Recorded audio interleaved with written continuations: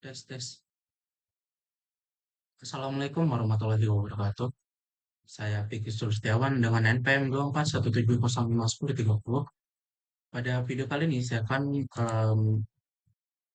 mengerjakan tugas satu responsi untuk mata kuliah kecerdasan buatan.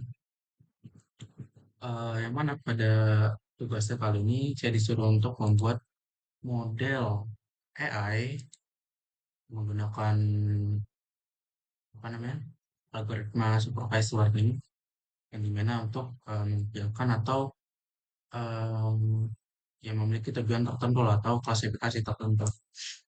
Nah, langsung aja saya bakalan jelasin untuk model yang telah saya buat ini.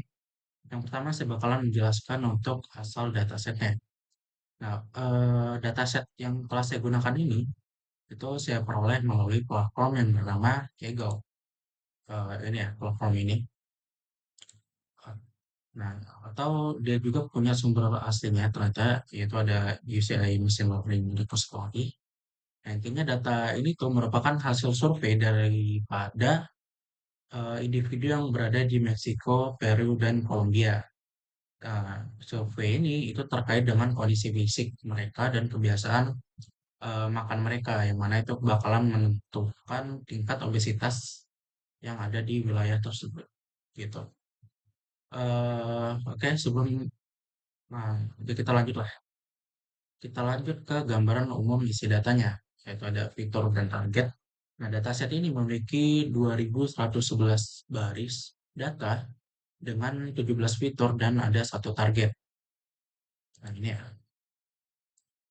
Ini ada ini 2011 2111 baris record dan ada 17 kategori atribut atau ya fitur lah, dan juga ada satu yang namanya target atau label ya target. Lebih seperti itu. Nah, ini kita bahas yang pertama kita bahas fiturnya dulu. Nah, fiturnya ini saya bagi menjadi beberapa kategori lah biar gampang. Pertama itu ada demografis, atau di dalam itu ada gender dan juga umur, jenis kelamin dan juga usianya. Kemudian ada data fisik, yaitu ada tinggi dan juga ada beratnya. Genetika itu ada riwayat obesitas dalam keluarga. Kemudian pola makan ada VAVC, yaitu konsumsi kalori tinggi. CVS, FCVSD ini merupakan konsumsi sayuran, NCP ini merupakan jumlah makan, CIC ini merupakan eh, jumlah cemilan yang dimakan. Gaya hidup ada CH20, ini merupakan konsumsi air mereka. Kemudian ada FAF, ini merupakan aktivitas fisik mereka. Kemudian DOE ini merupakan penggunaan gadget mereka. Kemudian ada ALK, eh, konsumsi alkohol mereka. Kemudian kan tadi yang jelasin itu fitur. Kemudian kita jelasin target. Nah, target ini cuma ada satu, yaitu nama kolom itu no base date ini. Nah, target ini terdiri dari 7 kategori lah, bisa bilang, atau 7 tingkat berat badan. Yang pertama ada insufficient weight, atau ya itulah. Kemudian ada normal weight, kemudian ada overweight level 1 dan 2, kemudian ada obesity type 1, 2, dan 3. Semuanya ada tuh, 7.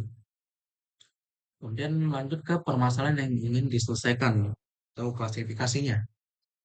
Nah, proyek ini merupakan kasus klasifikasi multi-class atau multi-class classification, yang mana tujuannya itu adalah untuk membangun model AI menggunakan algoritma supervised learning, yang mana sini saya menggunakan jenis algoritma jenisnya itu random forest untuk memprediksi tingkat obesitas seseorang secara otomatis berdasarkan pola hidup mereka. Nah, kenapa saya menggunakan algoritma jenisnya itu random forest? Karena eh, dari yang saya cari, dari data saya deh, dari data saya ini kan memiliki banyak kategori, yang mana itu mungkin ada aja yang nggak linear gitu. Nah, nggak selinier gitu kan. Nah, di algoritma random forest ini itu bisa buat ngatasin hal itu. Dan juga di algoritma random forest ini itu bisa ngatasin yang namanya overfitting. Atau ketika data itu sebenarnya bisa atau jago lah dalam belajar sebuah apa ya, sebuah data yang dibuat untuk latihan itu. Nah, ketika model tersebut dikasih data baru, nah dia itu bingung malah gitu. Hasilnya malah beda.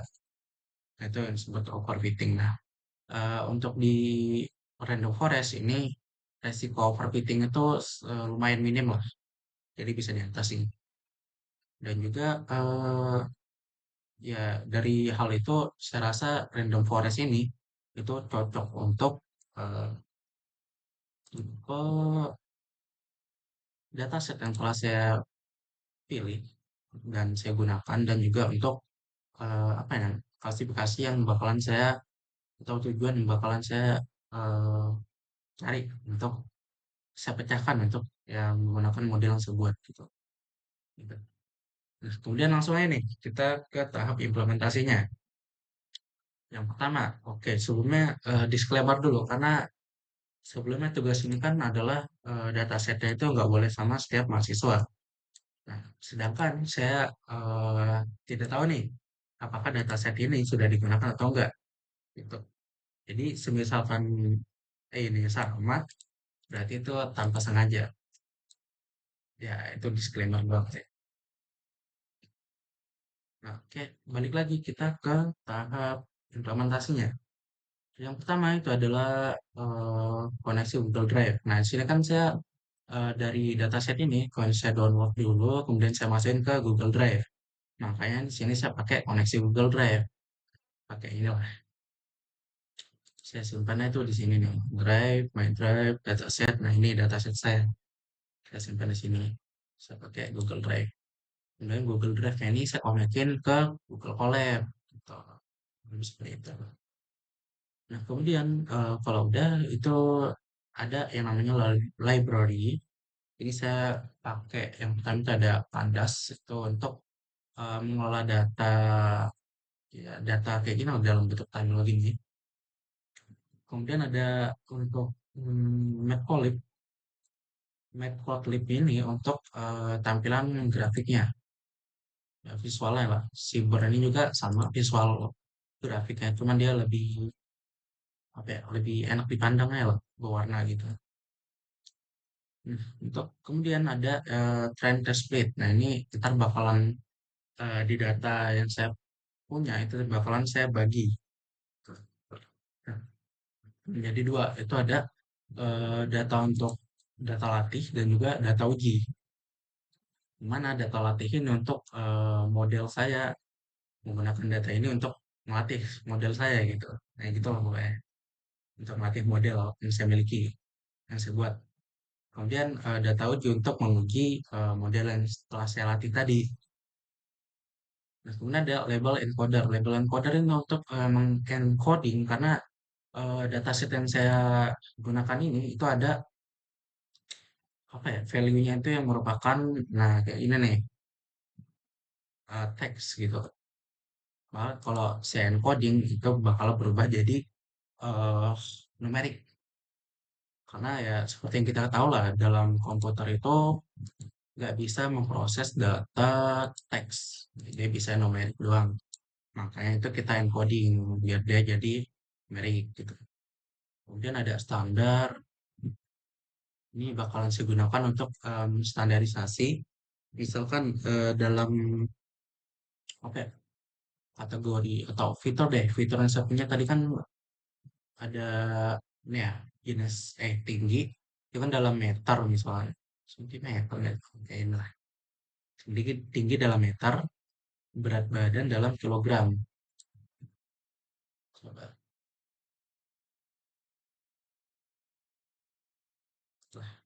Nah, misalkan tinggi dalam meter nih, terus berat badan dalam kilogram. Nah, itu kan pasti ada gap kan atau apa sih namanya selisihnya itu cukup jauh nih untuk angkanya itu. Nah, maka itu kita lakuin yang namanya standarisasi, kayak standar scalar ini. Tujuan untuk apa? Tujuan untuk biar si model itu apa ya, belajar belajar ya mempelajari suatu fitur tadi atau kategori tadi itu merata gitu. Kalau misalkan nggak distandarisasi, itu kan berarti untuk si kategori berat badan ini bakalan lebih tinggi kan angkanya. Nah, si model itu bakalan fokus memprioritaskan untuk belajar hanya di kelas itu saja gitu. Ya, dia lebih memprioritaskan lah untuk mempelajari kelas tersebut gitu, karena angkanya lebih tinggi. Itu kalau nggak distandarisasi. Kemudian random forest classifier ini adalah di algoritma yang saya gunakan, random forest dan classifier. Nah, kemudian ini untuk yang menghitung skor apa akurasinya segala macam. Oke, intinya untuk menghitung skor akurasi, skor-skornya lah. Oke, kita lanjut ke load data. Yang tadi kan untuk dataset yang telah saya miliki itu saya taruh di Google Drive kan. Nah, ini kita tinggal paste aja ke tempat di mana saya naruh dataset saya, tinggal kita paste, kemudian kita baca untuk file CSV-nya. Nah, ini adalah tampilan atau cuplikan sedikit eh, data yang saya punya. Itu ada 2111 baris dengan 17 kolom. Ya, sisi datanya itu yang tadi sama aja. Nah, kemudian di sini kita bisa melihat untuk tipe data daripada data yang kita miliki. Kan, nah, sejelasin tadi, ini tipe data dari dataset yang saya ambil tadi, itu kan nggak semuanya itu numerik kan, ada yang objek juga, misalnya kayak gender ini ya, objek nih. Nah, makanya kita perlu encoding untuk menumerikan semuanya lah. Kemudian di sini ada non-null count, itu berarti eh, kalau kita lihat di sini berarti data kita tuh nggak ada yang kosong gitu kan. Ada memory usage juga, ada 280 KB. Itulah. Dan juga di sini kita bisa melihat untuk misalkan minimal di umur deh, di umur ada minimal itu 14, maksimal itu 61. Rata-rata umurnya juga bisa kita lihat 24 gitu. Ini bisa kita lihat umur, bisa kita lihat tinggi, bisa kita lihat berat badan gitu. Nah, selanjutnya setelah kita load data tadi, kita bakalan melakukan yang namanya data cleaning. Nah, data cleaning ini yang pertama kita bakalan melakukan cek missing values. Kita ngecek ada value yang kosong nggak atau ya value yang kosong nggak gitu. Nah, setelah kita cek ternyata tidak ada missing value-nya atau nggak ada value atau nilai yang kosong di sini. Di sini nih. Nah, seperti itu. Karena kalau semisalkan ada nilai yang kosong, itu si model ini, ya AI-nya itu nggak bakalan bisa ini loh, nggak bisa memproses value yang bersifat nol. Setahu saya sih gitu. Nah, kemudian kita cek duplikatnya, apakah ada data yang duplikat atau enggak. Kalau misalkan ada nih, nah model yang kita buat itu dia bakalan mempelajari dua data yang jadi saya itu sama gitu. Ntar dia bakalan eh, ngarah ke akurasinya juga lah, atau bakal bingung lah si modelnya. Makanya kita cek duplikat. Kemudian kalau ada data yang ke duplikat itu bakalan kita hapus dulu. Ya, bahasanya hapus lah. Ini kan ada jumlah data yang duplikat itu ada 24 nih. Nah, kemudian kita drop duplicate sini biar nggak ada data yang keduplikat lagi. Gitu. Setelah datanya yang duplikat tadi dihapus, sisa data yang kita miliki sekarang adalah 2087 data. Tuh. Setelah kita selesai nih untuk data cleaning, kita melakukan juga yang namanya pre-processing atau yang namanya encoding tadi merubah tipe data lah, tipe data teks atau ya teks menjadi numerik gitu. Nah ini setelah fitur, ya ini kita mengubah itu pada fitur dulu ya. Nih, di sini lah. Itu kita ubah untuk tipe datanya yang tadi sebelumnya teks, setelah dia di encoding dia bakalan berubah jadi numerik semua.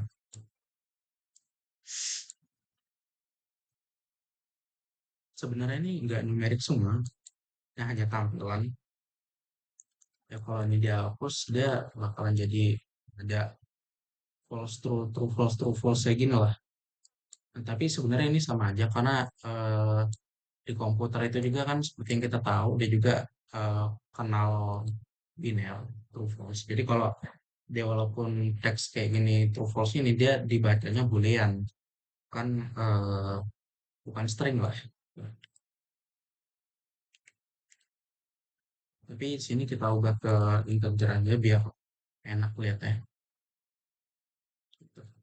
Kemudian kita bakalan nge-scaling dan nge-splitting datanya.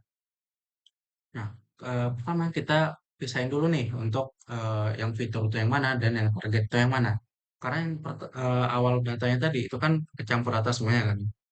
Nah, sekarang kita pisahin nih. Fitur itu kita anggap sebagai X dan target itu kita anggap sebagai Y. Nah, untuk X ini berarti kan kita drop aja nih untuk eh, apa ya, kolom no base date ini. Nah, itu kita drop. Kemudian untuk yang si Y-nya ini target ini berarti kita isi cuman kolom ini doang. No base date ini. Nah, setelah itu kita bakalan nge-split data nih. Nah, ini tadi 80% untuk splitnya itu saya bagi 80% data untuk melatih model yang saya buat dan juga 20% data untuk menguji model yang saya buat gitu. Kemudian standarisasi ini yang seperti saya bilang sebelumnya juga tadi eh, biar model itu eh, ya biar dia inilah misalkan ada sebuah data yang rentangnya itu rentang value-nya itu cukup tinggi. Nah, itu kita standarisasi biar model itu belajar semua kategori atau target itu secara merata gitu. Nggak hanya mempelajari satu kelas saja gitu. Misalkan kalau nggak kita standarisasi tadi, contohnya berat badan dan tinggi tadi, itu kan dia bakalan mempelajari kelas atau kategori yang memiliki nilai yang paling tinggi gitu. Nah ini jumlah data yang eh, untuk jumlah data yang melatih model itu ada 1699 data. Nah, buat diuji model itu ada 418 data. Nah, ini buat ngelatih model, ini buat uji model. Ini jumlahnya. Kemudian kita bakalan melakukan analisis data awal atau IDA. Nah, di sini yang pertama itu ada yang namanya distribusi target. Untuk ya distribusi target lah untuk mengetahui apakah jumlah data setiap kategori itu seimbang atau enggak gitu. Nah, di sini kita lihat ada beberapa kategori dari target itu ada normal weight sampai dengan obesity type 3. Nah, ini dapat kita lihat nih, jumlah datanya itu kan rata-rata itu di atas 250 semuanya lah ya, di atas 250 semua. Nah, ini kan berarti menunjukkan bahwasanya data ini seimbang gitu. Eh, ini berarti kan yang saya maksud tadi, datanya itu seimbang, berarti nggak ada value yang lebih tinggi gitu, atau apa ya, gapnya itu atau jarak atau apa ya, atau gap jaraknya itu nggak terlalu tinggi lah value-nya. Nah, maka ini bisa menyebabkan data ya, model yang kita buat itu mempelajari semua kategori yang ada gitu. Dia nggak hanya mempelajari satu kategori aja gitu. Jadi dari sini rata, kurang lebih seperti itu. Kemudian ada korelasi antara tinggi dan juga berat badan. Dan untuk melihat pola penyebaran datanya lah. Dan sini ada tinggi dan juga ada berat badan. Nah, kita lihat nih di titik-titik data ini kan ada apa ya, keterangannya juga nih. Biru ini normal weight, hijau ini overweight dan sebagainya. Nah, kita lihat untuk di weight-nya atau berat badannya. Nah, ketika semakin tinggi berat badan, dia kan titik-titik datanya ini itu kan berwarna ungu, yang mana di ungu itu adalah obesity type 3, atau kategori level paling tinggi di target. Apa sih namanya tadi? Ya, di kategori obesitas lah. Dia levelnya paling tinggi di obesity type 3 atau tipe ketiga. Nah, berarti kan dapat kita simpulin nih bahwasanya semakin tinggi berat badan, maka semakin tinggi juga untuk kategori tingkat obesitasnya, ya kan? Nah, ini bisa kita simpulin bahwasanya berat badan ini merupakan faktor atau ya variabel faktor prediktor paling kuat lah untuk kita ngeprediksi eh, apa namanya ini, tingkat, ya kategori inilah kategori tingkat obesitas itu gitu. Kemudian ada korelasi diri heat map ya, untuk melihat fitur mana yang paling berpengaruh. Berarti antara dua fitur lah ya. Nah, ini ada apa namanya? Ya inilah ada satu. Nah, kalau semakin ke atas dia itu maka eh, korelasinya itu semakin positif. Kalau semakin ke bawah itu korelasinya semakin negatif, atau ya bisa kita bilang korelasi itu nggak kuat. Kalau kok semakin ke atas korelasi itu semakin kuat. Kita lihat nih antara kedua. Nah, ini kan ada 0,46 kan yang paling tinggi di sini. Nah, itu adalah hubungan antara weight dengan height. Berarti tinggi badan dengan berat badan. Itu korelasinya cukup tinggi di sini. Dapat kita lihat ya kan 0,46, yang mana berarti antara dua fitur ini berarti dia memiliki korelasi yang tinggi, dan juga dua fitur ini dapat kita simpulkan bahwasanya mereka lah yang paling berpengaruh gitu terhadap apa namanya? Nah, ini tadi nih kategori tingkat obesitas lah gitu. Nah, berarti dua ini tadi yang paling berpengaruh. Nah, misalkan kita cari contoh yang paling nggak berpengaruh. Nah, ini umur dengan W. W ini apa tadi ya? Oke. Nah, umur dengan penggunaan gadget. Ini kan berada di angka minus 0,30. Berarti dia bawah banget ya. Bawah banget, semakin biru tua lah. Ini kan berarti kalau angka yang makin bawah itu kan korelasinya makin negatif kan, atau makin nggak ada korelasi gitu. Yang menunjukkan bahwasannya hubungan antara umur dengan penggunaan gadget ini itu nggak berpengaruh signifikan, ya sangat tidak berpengaruh lah terhadap eh, kategori tingkat obesitas. Tuh. Kemudian kita masuk ke apa namanya, algoritma yang bakal kita gunakan yaitu random forest. Nah, yang pertama kita melatih dulu nih si model yang kita punya, itu kita latih dulu dengan data yang udah kita bagi tadi. Tuh, 80% tadi tuh ada berapa data nih? Ada 1669 data, itu kita latih dulu, kita modelnya. Model yang kita bikin, kita latih. Nah, setelah kita latih, kita melakukan uji coba nih untuk modelnya. Nih, menggunakan data yang udah kita split tadi. Ya, berarti data uji coba ada 418. Nah, setelah kita training dan juga kita uji, nah kemudian kita evaluasi untuk modelnya nih. Nah, yaitu tingkat akurasinya itu berapa sih? Ternyata Setelah kita melakukan evaluasi model, kalau modelnya diuji, ternyata dia mendapatkan tingkat akurasi 95%. Nah, ini tingkat akurasi ini adalah seberapa besar model itu tepat gitu dalam memprediksi apa tadi kategori tingkat obesitas gitu. Ini kan berarti cukup besar ya, 95,45,45%.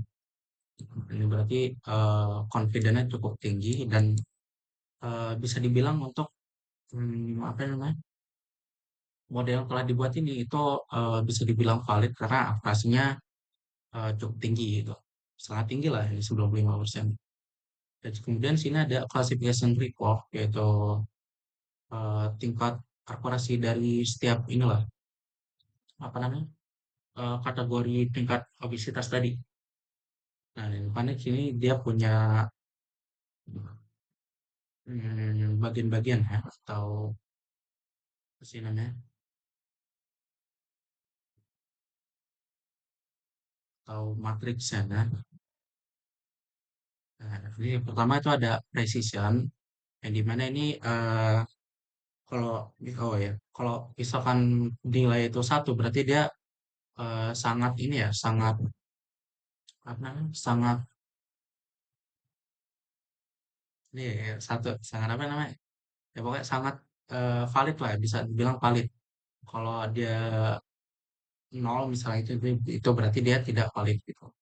Ya, kurang lebih seperti itu. Nah, ini kan precision berarti precision tuh seberapa tepat model yang kita bikin itu untuk memprediksi atau ngasih label ke ngasih label yang ngebagi label kategori lah gitu. Nah, recall ini itu seberapa tepat model kita untuk naruh value ke label yang udah ada yang udah dibuat oleh precision ini tadi gitu. Nah, kurang lebih seperti itu. Untuk F1 score ini itu adalah rata-rata daripada precision dan juga recall ini. Rata-rata sebenarnya segini. Nah, ini kan semuanya ada di rentang 0,80 ke atas semua ya. Itu berarti bisa dibilang lah bahwasannya model ini valid atau dapat dipercaya atau tingkat confident value itu cukup tinggi lah, bisa sangat dipercaya. Nah, support ini adalah nilai asli atau data aslinya daripada data yang kita miliki, nah yang kita uji ya. Nah, ini rata-rata itu sih ada di 0,80 ke atas. Berarti ya itu tadi yang saya bilang, data ini bisa bisa dikatakan sangat valid atau tingkat akurasi ini atau confident value-nya itu cukup tinggi lah. Oke, kurang lebih seperti itu. Nah, ini kita lihat untuk visualisasi dari heat map-nya. Visualisasi confusion metric untuk memprediksi tingkat obesitas. Nah, ini kita lihat di garis diagonal ini. Ini adalah banyaknya data yang udah diprediksi benar gitu. Misalkan di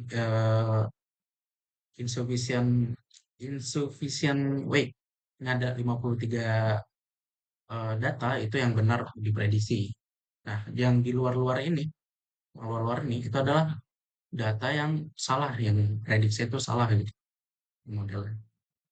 Nah, ini semakin tinggi dia semakin hitam nih, berarti semakin banyak yang nilai itu diprediksi benar gitu.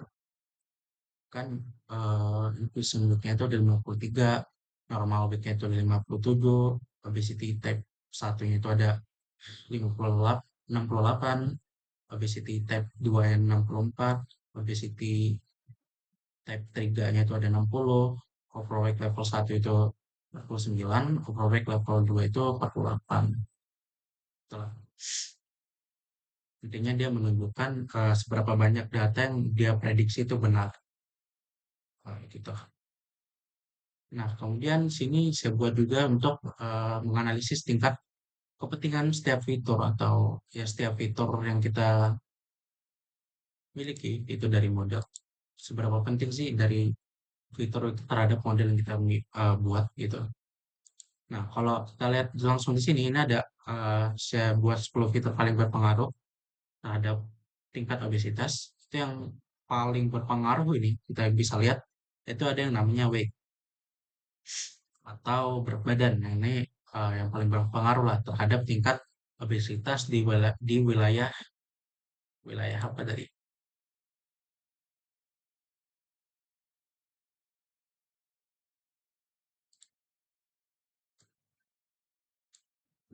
Di wilayah Meksiko, Peru, dan Kolombia. Itulah. Berarti weight ini paling berpengaruh. Kemudian disusul dengan usia. Ini juga cukup berpengaruh setelah weight. Kemudian ada tinggi badan ini juga sangat berpengaruh. Kemudian ada PC, FCVC ini juga berpengaruh. Ini 10 doang saya tampilin ya. Misalkan saya tampilin semua nih. Kita lihat yang nggak berpengaruh itu apa sebenarnya. Nah, yang sebenarnya nggak berpengaruh itu adalah MT range motorbike. Itu nggak berpengaruh ya. Itu ada di fitur CCV smoke.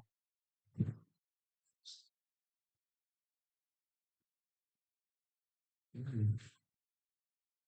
Oh, ya. Sampai sini.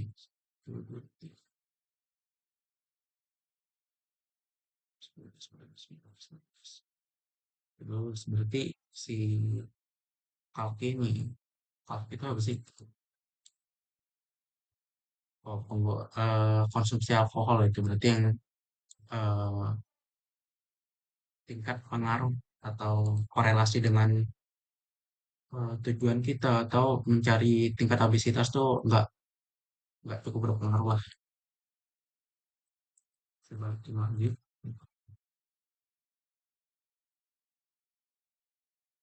Nah, oke, mungkin segitu aja. Berarti dari model yang saya buat ini, tingkat akurasinya itu bisa dibilang model ini cukup valid untuk memprediksi suatu tingkat obesitas di suatu wilayah tadi, atau cukup valid lah. Jadi dikatakan valid lah, sangat valid. Dan juga confident value-nya juga cukup tinggi. Berarti model ini bisa dikatakan dapat memprediksi suatu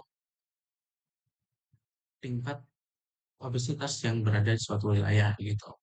Dan juga dia juga bisa melihat nih fitur-fitur yang paling berpengaruh terhadap tingkat obesitas tersebut. Ya, kesimpulan seperti itu. Mungkin cukup sekian untuk pembahasan tugas satu, responsi pada mata kuliah AI atau kecerdasan buatan. Cukup sekian dari saya akhiri. Wassalamualaikum warahmatullahi wabarakatuh.